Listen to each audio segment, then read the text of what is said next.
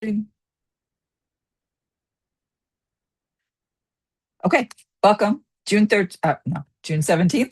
This week in Israel, the Parsha is Chukat. And as usual, what we're going to do is a summary of the Parsha. There's actually some big things that happen in this week's Parsha. Also, a summary of the Haftarah, which comes from Shoftim, from the book of Judges. And then I want to do a deeper dive into some of the characters in the Haftarah.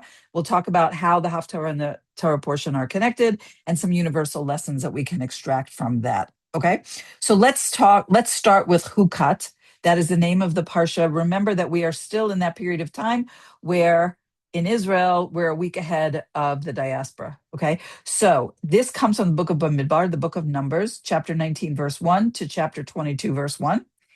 And Chukat means statute. It's one of the three kinds of sets of laws that God gave, and it's found in Bamidbar in the book of Numbers in the second verse, chapter 19, verse 2. Okay, so what happens in this parsha?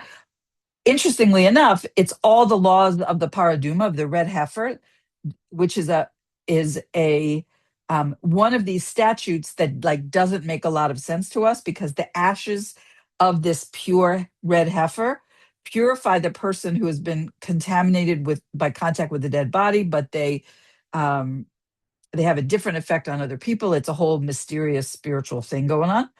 We're also at the point of um, after the 40 years, because the Torah jumps from a big amount of time, and now it's 40 years of journeying in the desert. The people of Israel, they arrive at what the place called the wilderness of Zin, and that's where Miriam dies.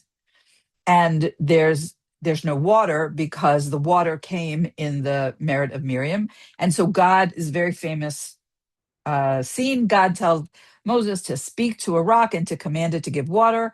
And there's the whole thing about Moses kind of losing it and striking the stone. He does get water, but he's told later by God that neither he nor his brother Aaron will enter the promised land as a result of that. We could spend a whole bunch of time on that incident alone. What does that really mean? So Miriam has died, and in the same parsha, Moses loses his other sibling. Aaron dies also, and his son Eleazar becomes the high priest in his place. Interestingly enough, where I live in Efrat, right across the road is a yeshuv, a community called Eleazar. Anyway, then we have the whole issue, the whole story of the venomous snakes that attack the Israelite camp, because the people once again are what we say in Yiddish, fetching. They're speaking against God and against Moshe. And then God tells him to place a brass serpent on a high pole, and everybody who gazes toward it will be healed from these venomous snakes. There's a song in honor of the miraculous well that provided them with water in the desert. And then at the end of the Parsha, Moshe leads the people in battle against two of the enemy kings, Sichon and Og. Why are they fighting with them? Because Sichon and Og are trying to prevent Israel passing through their territory to get into the Holy Land, because their territory is east of Jordan, and they have to cross Jordan, and the Jordan River, the Yarden. Okay, so it's a kind of a packed parsha, but that's not our topic. So that's just a little bit of background. Okay, so now let's look at what is the Haftarah for this. It comes from Shoftim, from the book of Judges, chapter 11, verses 1 through 33. So I'll give you a summary, then we'll go into it a little bit more. So this week's Haftarah describes another attack by another one of these nations that surround the land of Israel. In this case, it's the nation of Ammon, and they are coming to attack Israel. And Israel engages a man by the name of Yiftach. In English, I believe you pronounce it Jephthah. I've never called him that, but I hope that you recognize that, to lead them in battle, because now there's this military threat. And what does Yiftach do? First, he sends messengers to Ammon trying to say, we don't really want war. We're not really the enemy here. You should just make peace with us. But they don't listen. Who is Yiftach? We're going to talk about this in a lot more detail. Let me just give you a couple of highlights. He is the son of a prostitute. who, when he was a young man, was sent away from home. He was raised in his father's home with his half siblings, and he was sent away so that he would not inherit with these other brothers. And he settles in a land called Tob, where he becomes a warrior. And when the nation of Ammon attacks the people of Israel, the brothers or the elders come back to Yiftach and call on him to lead them in battle.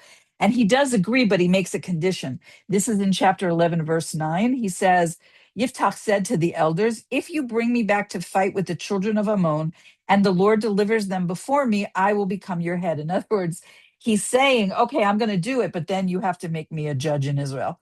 And they agreed to do that. So he does try to bring this peaceful resolution to the conflict by sending messengers to reason with the king of Ammon, that's threatening them. But the king doesn't want to hear it. And so he does go to battle and he is successful, and they trounce and eliminate the threat from Ammon. That is the basic Haftarah. It ends just before the most interesting part of the whole story. So let's go into a little bit deeper who this character is and what happens after, technically, a verse later after the Haftarah ends. Okay. So Yiftach is a tragic character. He's a flawed character. He is in this leadership position in the time of the judges. We've probably spoken about this before. The judges in Israel were a mixed bag. We're talking about the time period before kings. Okay. There were some good judges. The best judge, the one that everybody always speaks about, is, of course, Devorah, who's also the only woman to have served as a judge in Israel. And she was like perfect in that role. But there were a lot of really bad judges, or judges that they were not prophets, they were not spiritual leaders, they were primarily military leaders. They represented the nation of Israel when there was a conflict with one of the surrounding nations. This was the case a few weeks ago. We talked about the story of Shimshon, of Samson, who saved Israel from a different enemy, not Ammon, but the Philistines, the Plishtim. And that is the same with Yiftach. So he was a judge in Israel, and he did fight for Israel, and he did save them from the enemy. But his story is not an elevated one. It's actually ultimately a tragic story. So let's look a little bit at the family that he comes from. His father's name is Gilad, or in English, Gilead. He comes from the tribe of Manasseh. And Gilad has an affair with a prostitute that results in the conception and the birth of Yiftach. And that's actually the very first thing that the Bible tells us about him. This is at the very beginning when the Haftarah opens, chapter 11, verse 1. Now, Yiftach Giladite, I'm not sure how you say that in English. Yiftach HaGiladi, that he's from that family, was a mighty man of valor, and he was the son of a woman harlot, and Gilad begot Yiftach. So right away, the Torah is telling us his family background. Okay. Now, Gilad had a legitimate wife, and he had other children. Yiftach was raised, as I told you, in this household among his half brothers, and they kick him out in the second verse. And Gilad's wife bore him sons, and his wife's sons grew and drove Yiftach out. And they said to him, you shall not inherit in our father's house, for you are the son of another woman. Okay. So Yiftach flees away to a land called Tob, which is today in what is northern Jordan. And he becomes sort of this ringleader of a band of outlaws and mercenaries, hired killers, and so forth. He's clearly married at some point because, as we'll see, he has a daughter, but we don't know anything about his wife or his family life at all. The maybe he wasn't officially married, but he did father a child.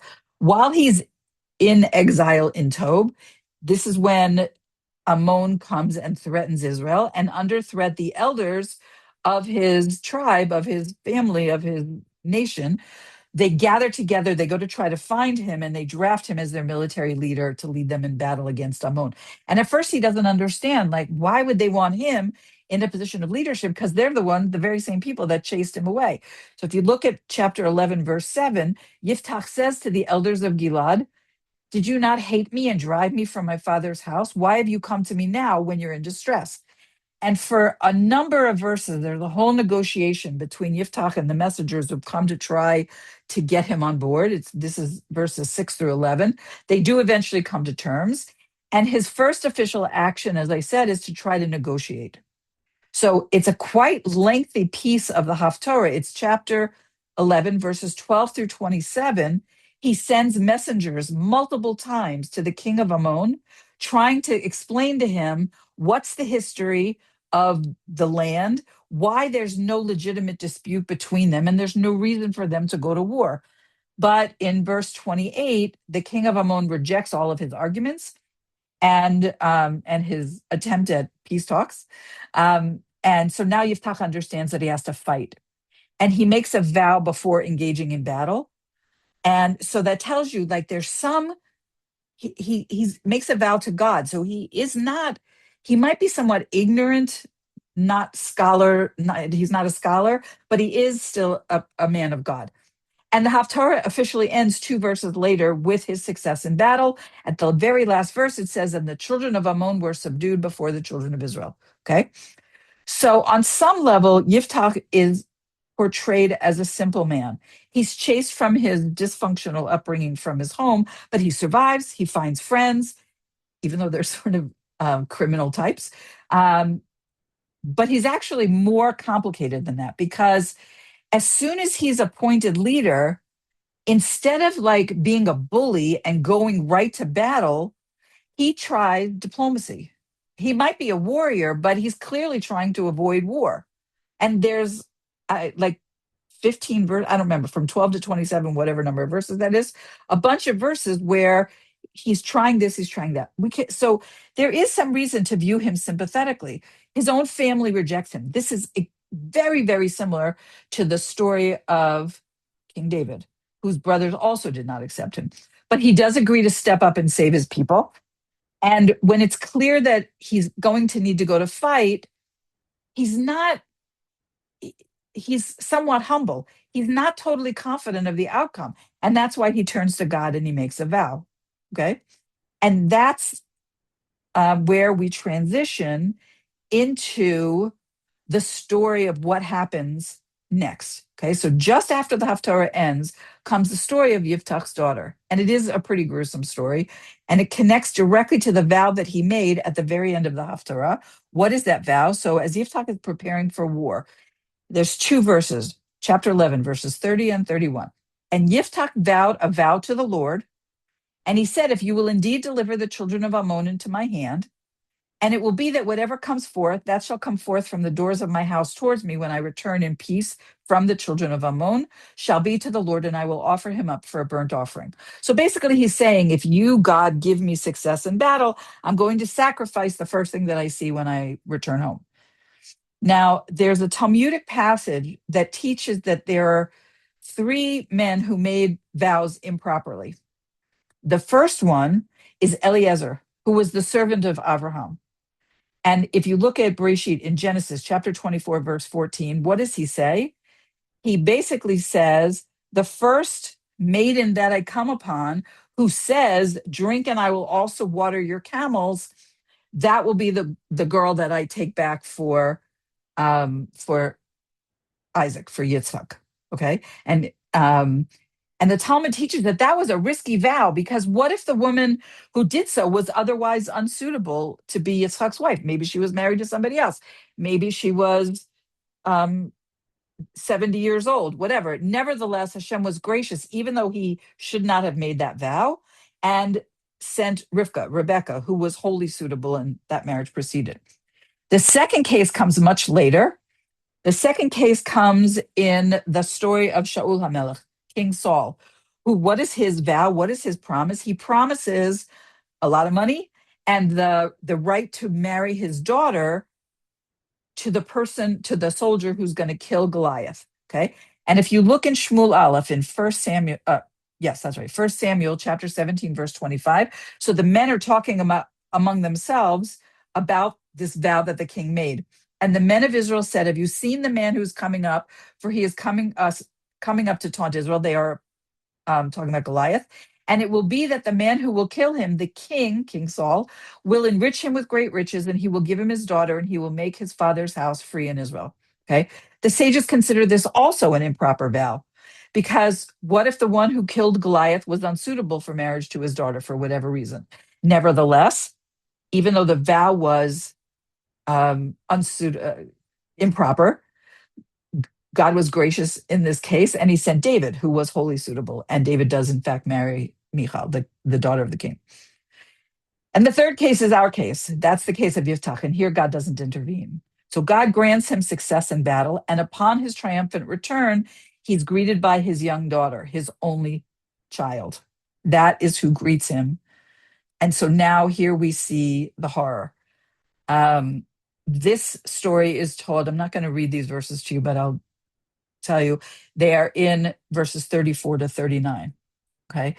Now, there's a book, the whole story about this. I couldn't find the book. Every once in a while we purge books, but I know that I used to teach part of this story and I used to read this passage. Anyway, through a whole bunch of machinations, I did get a digital copy of the book.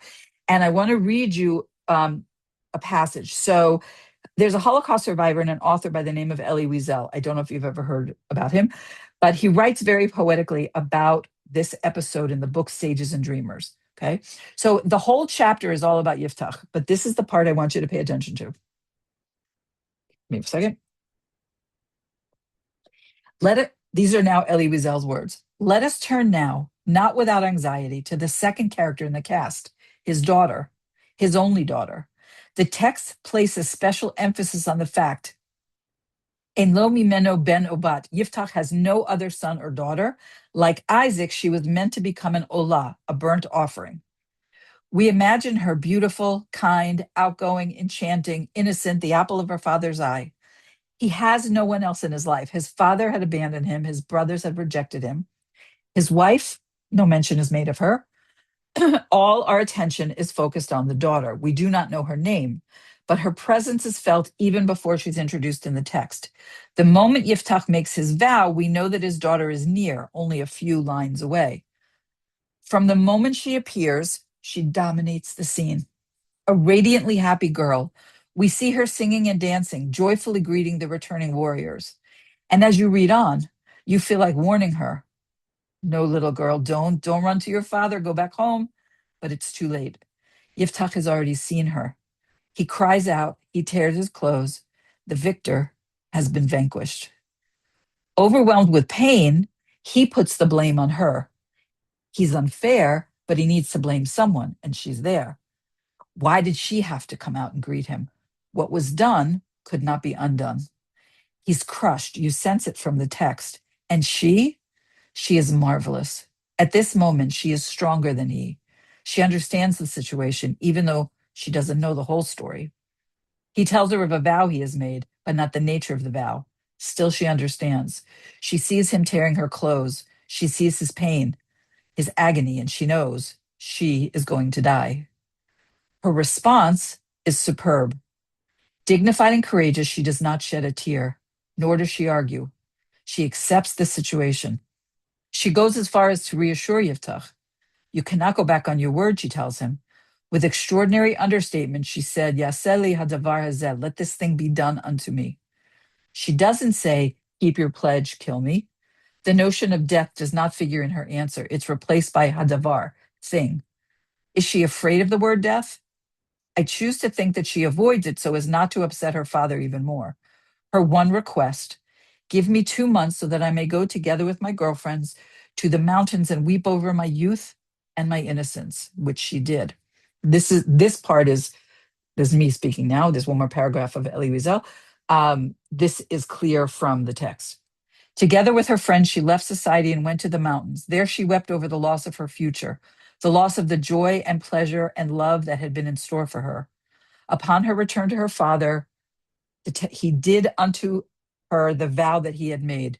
Again, the word death is not used. Yiftach could do it, but he could not say it. Others did and still do. There's a tradition in Israel that young girls go to spend 4 days in the mountains, telling and retelling the tale of Yiftach and his daughter and their common tragedy. I thought that is like such a beautiful presentation of the story. I have more to say about it, but I wanted to read that for you straight out of the book. Okay, now what actually happened to her? There's three opinions. Okay. One is he actually offered her as a sacrifice. That is the literal understanding of the text. And the straightforward reading is that he vowed, whatever comes out of the doors of my house to meet me shall be the Lord's, and I will offer it as a burnt offering. And when his daughter comes out, he fulfills the vow. According to this view, which is the majority view, the narrative is intentionally shocking, and it's demonstrating the terrible consequences of rash vows and also the spiritual decline that was happening in Israel during the period of the judges, during most of the judges. the Talmud criticizes both Yiftach and Pinchas, who was the high priest at the time, saying that Yiftach should have sought an annulment of his vow, and Pinchas, the high priest, should have gone to him to resolve the matter. Pinchas was the high priest at the time, and he was legally authorized to be able to annul Yiftach's devastating vow, but they had this standoff of egos. Yiftach was coming off of, think about his background, okay? Dysfunctional family, rejected by his family, living on his own. Suddenly he's now in a position not only of leadership, but also of being a victor. He has saved Israel. And he feels pretty proud of himself. And he feels like he's the supreme military leader of Israel. And he's not going to humble himself to go travel to Pinchas to request an annulment of his vow. Now, what is Pinchas's point of view? He's the high priest. He's the head of the Sanhedrin. He stands in his own dignity and he says, I'm not going to Yiftach. The judge should come to me. I outrank him. And this stubborn deadlock that these two egomaniacs have, according to this opinion, that there's no annulment for the vow and Yiftach's daughter is sacrificed. So what do the rabbis say is the punishment for this? Both men were severely punished for letting their hubris cost the life of Yiftach's daughter. So Yiftach's punishment is incredibly gruesome.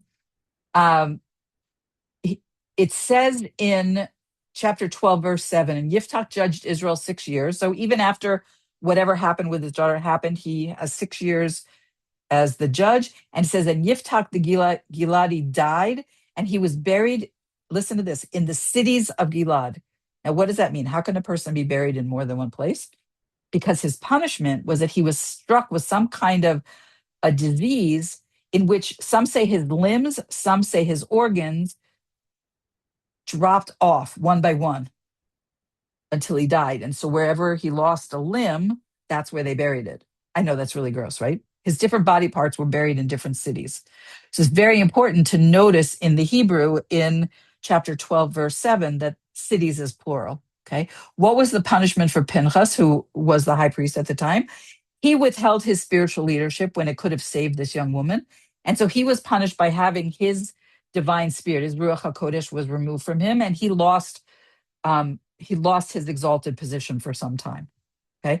Now, many people present this that the lesson is ego and stubbornness in leaders cause this needless tragedy for others. Okay.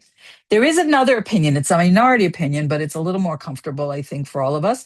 And that is that she was not actually killed, but she was, remember, she said, let me go to the mountains and mourn my virginity, that she was tucked away in society. She was not able to have a normal life. She remained a virgin her whole life long. And that's the view of a few traditional Jewish commentators, most notably the Radak, who lived in the 13th century. That's a big name. Okay. What are the arguments for deviating from the literal meaning of the text? Number one, the daughter, it says she mourns her virginity, but she does not mourn her impending death. Also, the text concludes with, she never knew a man. Now, if she was killed as a young girl before she was ever with a man, that would apply. But there's also this idea that she lived a while after that, but she was never with a man. Also, human sacrifice is absolutely forbidden in the Torah. and Yiftach he became the judge for 6 years. So according to this interpretation, she lived in seclusion. She never married. She never had children, which is its own tragedy, but she wasn't killed. Um, there's a middle position that say that Yiftach intended a sacrifice, but he lacked the authority to perform one legally, and that the whole story's emphasis is not on what happened to Yiftach's daughter, which is what I'm most interested in, but on the tragedy that was created by this vow. So in this reading, whether she lived or whether she was killed or she lived in seclusion, that's not the point of the story. The point of the story is that this improper, foolish vow destroyed her future. So the rabbis emphasize less on her fate and more of the danger of impulsive promises that come with a vow. In Judaism, we take vows very seriously, so that when we don't promise things, we say something called bli neder. Literally, it means without a vow. So, like, let's say we're supposed to have lunch together tomorrow. I will say, I'll meet you at the pizza place at noon, bli neder, without making a vow, because who knows? Maybe I'll wake up sick in the morning, or my car won't start, or my 11 o'clock meeting will run late and I won't get there on time, or any number of other things. So making vows in Judaism is a very, very serious thing. It's something that we do not do um, casually. As a matter of fact, some of you may be familiar with, as Yom Kippur comes in, the very first prayer is something called Kol Nidre. That is, I believe it's Aramaic for all vows. It is a once a year. Any outstanding vows that we made during the year are annulled by that prayer. Okay. The rabbis also talk about the responsibility of leaders to seek wise counsel and the destructive power of pride. Now, for me, this is kind of uncomfortable because I feel like it re-victimizes the daughter.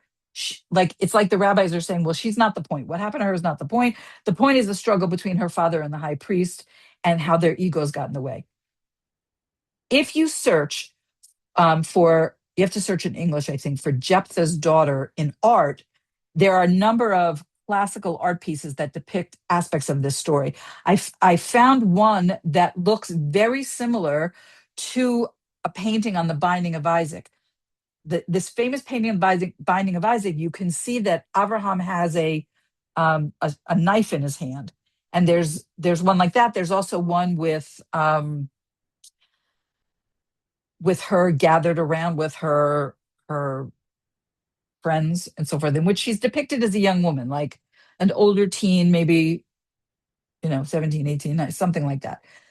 There's also a novel called Jephthah's Daughter by Naomi Reagan, and it's inspired by this story. It's set in a contemporary Orthodox community, but it explores this theme of a young woman who has to sacrifice and obedience, and how much agency do women have. And the female main character of the story, her name is Batya. She struggles between obedience to her society and her own agency, her own self-determination. I'm not saying that I necessarily recommend that book, because although I've read pretty much everything Naomi Reagan has ever written, she um, she does seem to have like some baggage when it comes to the Orthodox world. So the Orthodox world doesn't usually come out looking um, too good in her books. But it is a book called Jephthah's Daughter that takes this, it's an echo of this biblical story. Okay, let's look at what are the parallels between the Parsha and the Haftarah, because they're not immediately obvious in the same way that they are some other weeks. So here's a few. One is that in the Parsha, Israel asked permission from the king of Edom to pass through his territory. We find this in Bamidbar, in the book of Numbers, chapter 20, verse 17. Let us pass through your land.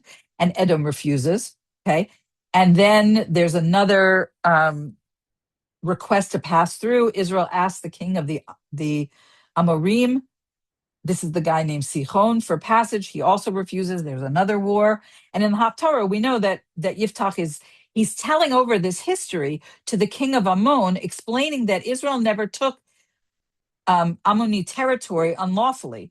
And he says, we asked permission and we only went to war when permission was denied.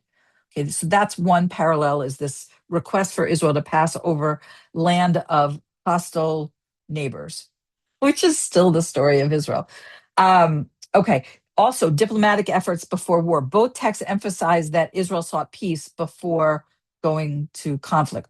Moshe sent messengers and attempted negotiations, and Yiftach sent messengers.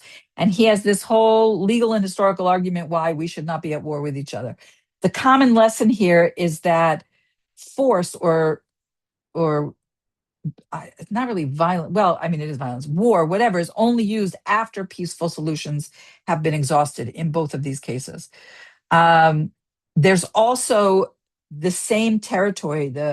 A major theme in both readings is this land that is conquered from Sichon, who is the king, the Amorite king that Israel defeated in the wilderness in the book of Numbers, chapter 21. His kingdom is located just east of the Jordan River in what is now Northwest Jordan. So these are the same areas. There's three nations that we keep hearing about, or three separate peoples: the Amorites, the Moabites, and the Ammonites. And they all have land just east of the Jordan River in what is today modern Jordan. The Moabites and the Ammonites are descended from Lot, and the children that were fathered by his daughters after um, when they were convinced that they were the last three people on earth. I'm sure you know that story. Um, it's interesting that the Amman, Jordan, is close to the ancient capital of Ammon. Amman, Jordan today, modern Jordan, is close to the land where the people Ammon were. Okay. In the Parsha, in Chukat, Israel defends Sichon, this king, and acquires his territory. And in the Haftarah, Yiftach is arguing that Israel took the land from Sichon, not from Ammon. So why is Ammon making problems for them? They have no claim to it.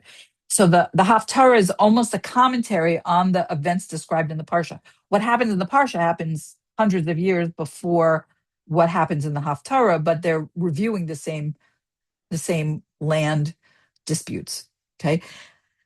Now, diplomacy fails in both cases. In the Parsha, Israel relies on God's guidance in its battle, and in the Haftarah, Yiftach concludes, "Let the Lord, the judge, judge this day between the children of Israel and the children of Ammon." Okay. So both readings are portraying these national conflicts as ultimately subject to whatever God says. That's who's going to prevail. And obviously, in both cases, it's Israel. Okay. Yiftach's entire argument depends on, he has to accurately remember the historical events that occurred centuries earlier, before the nation of Israel came into the land. And so the Haftarah is reminding us that historical memory matters, and that the past has to be understood before judging the present.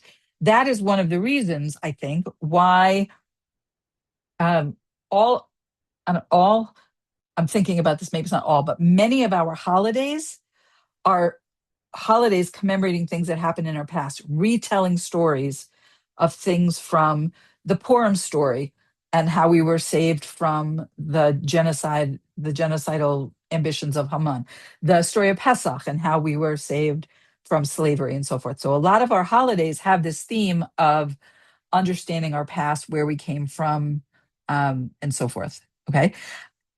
So in the Haftarah, there are some universal lessons that I've extracted to share with you. The importance of speech, the willingness to meet another person halfway. That's the Pinchas and Yiftach ego thing. And the necessity to sometimes forgo pride to reach a necessary compromise or solutions. One, I think, interesting insight is that Yiftach wins his argument historically and morally, but the king of Ammon is not interested. In other words, he makes the correct case why there should not be a dispute between these two peoples. Sometimes the problem is not a lack of evidence, but a refusal to accept it. And the Bible recognizes that truth alone doesn't always end a dispute. Now, how does that relate to today? Okay. Some of you, if you're on Facebook, you know that sometimes I try to post like inspiring content. So the last couple of days, I posted a couple of things that I thought were inspirational. And I don't know how this happened, because I think it happens to almost every other Jewish or Israeli person on social media, but it wasn't happening to me until today. And that is, I got slammed with dozens of nasty, nasty anti Semitic, anti Israel, um, you know, from the whole Free Palestine world, where people genuinely, well, I don't know if it's genuine, but what the case that they're making is that Israel is the scourge of the entire earth, and we don't deserve to live, and all of that stuff. So it reminds me that that's not the truth. The Bible knows that's not the truth, and I think a lot of God-fearing people know that that's not the truth. But sometimes the truth is not enough to convince anybody, and that's the lesson we get from Ammon. Even though Yiftach sends messengers over and over again to say we don't need to go to war with each other. We don't have a dispute. The king of Ammon is just he just wants to battle. And I think that that's something that we're seeing. People are not interested in what's true. They're not interested in evidence that goes against their preconceived notions. They're just interested in pursuing their way of seeing things. Okay, what are some other lessons that we can get from this? One is that a person's origin does not determine their destiny.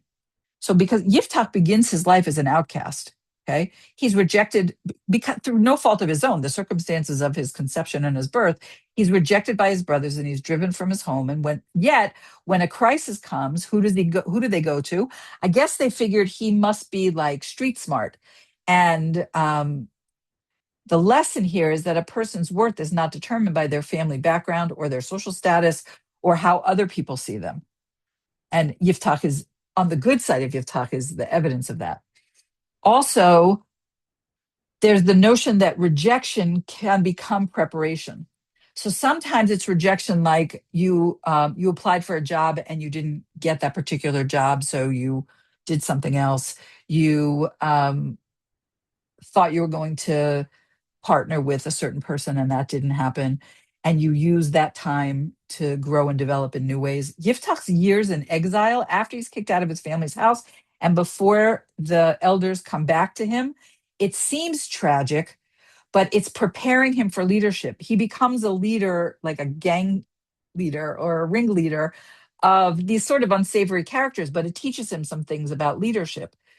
A lot of people discover that in a difficult season in their lives, that's when they develop strengths that they can call upon later, because not every setback is a detour. Sometimes it is preparation. And I think for anybody who's lived, more than a couple of decades can probably see a case like that in their lives. What's another lesson we can derive from this? To seek peace before conflict. Again, before going to war, Yiftach sends messengers, he presents his case, he attempts dialogue. And the lesson is that strength and peacemaking are not opposites. True strength means not necessarily coming in with your guns blazing if there's a conflict with somebody, but trying to exhaust peaceful options first. This is true about nations, but it's also true about human relationships.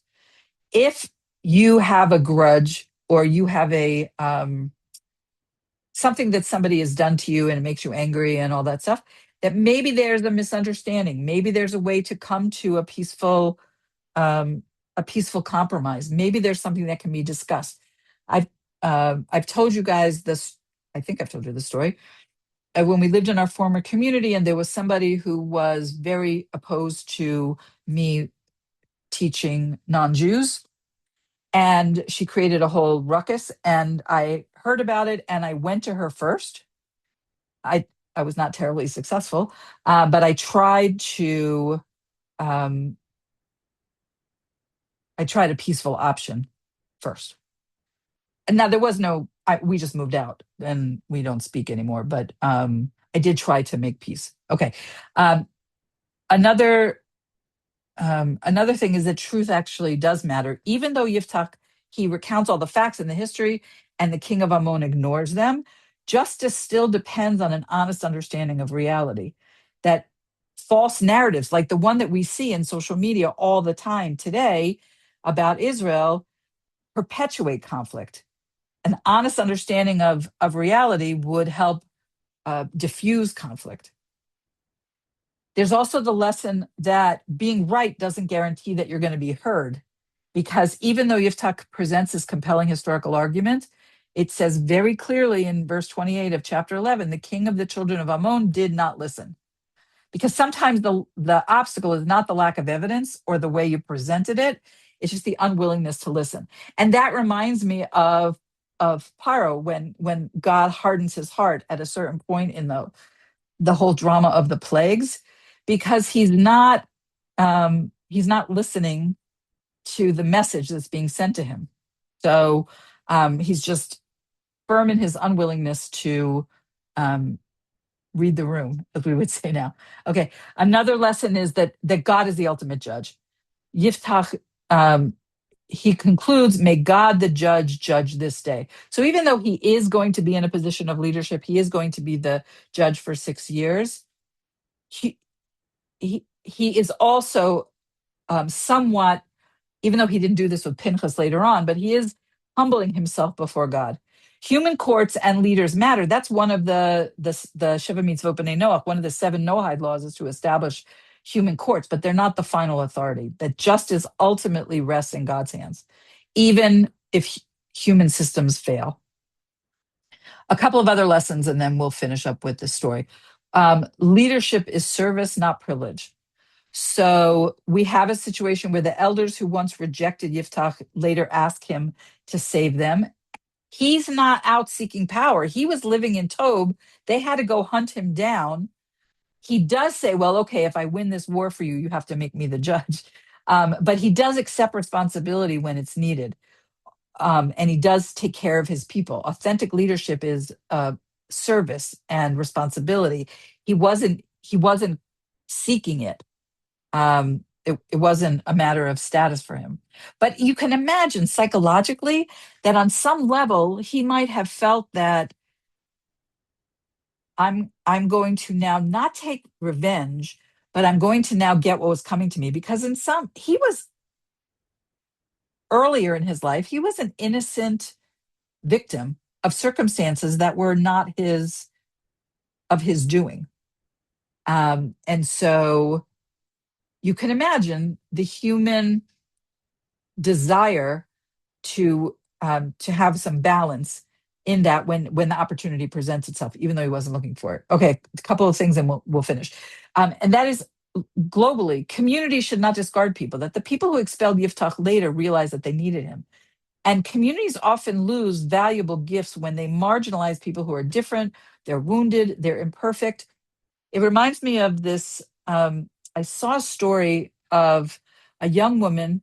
She has Down syndrome and she couldn't get a job and she wanted to work and nobody would hire her. She happened to be a good baker. I guess she made cookies or something. And so she started a business. Some of you, maybe you've heard the story. And she made it her business, not just to have a cookie business, but to hire other people that were marginalized in society. They were different, or they also had Downs, or whatever the story was. And so it's not just a successful cookie business, but it is also a model of how to not discard people. I'll tell you, parallel to that, the IDF, the Israel Defense Forces, has a unit. I'm not exactly sure the structure, but they take people who are maybe have developmental challenges or physical challenges or other kinds of ways where they are not fit for normal army service, and finds things for them to do. So there's a whole unit. They wear the same uniform, they have the same ceremonies. I mean, maybe things physically are a little bit easier for them, but they are integrated into the army. That Israel doesn't just say, oh, you have a low IQ, we don't have any use for you, go pick tomatoes or something. No, the Israeli army finds tasks that are appropriate for them and gives them the dignity and the benefits of national service. Okay, I think the last thing I want to say is this idea that God can work through imperfect people. Yiftach is far from perfect, but God is using him to deliver Israel. If you think about the story of Shimshon, the story of Samson, who had this, his challenges were different. He had the sexual proclivity to mate with Philistine women, but he was also not perfect. Okay, but he also was an instrument in God's hands to deliver Israel, because divine purpose can be carried out. We see it over and over again through flawed human beings, not idealized heroes. So I'll end with this idea that God often works through unexpected people, unexpected circumstances, and even when the outcome is uncertain, what are we called to do? To pursue truth and justice and peace, even though in human terms, the way we might judge it as a human is this will never work or whatever. God has many, many more tricks up his sleeve than any of us can imagine. Okay, that's what I prepared. So thank you for joining me. Oh, now I see all of you. I see that Jody's with us for the first time in a while. Hi, welcome back, Jody. Okay, so I am going to end the recording here and invite you guys to click the link again, and then we can talk amongst ourselves. Okay.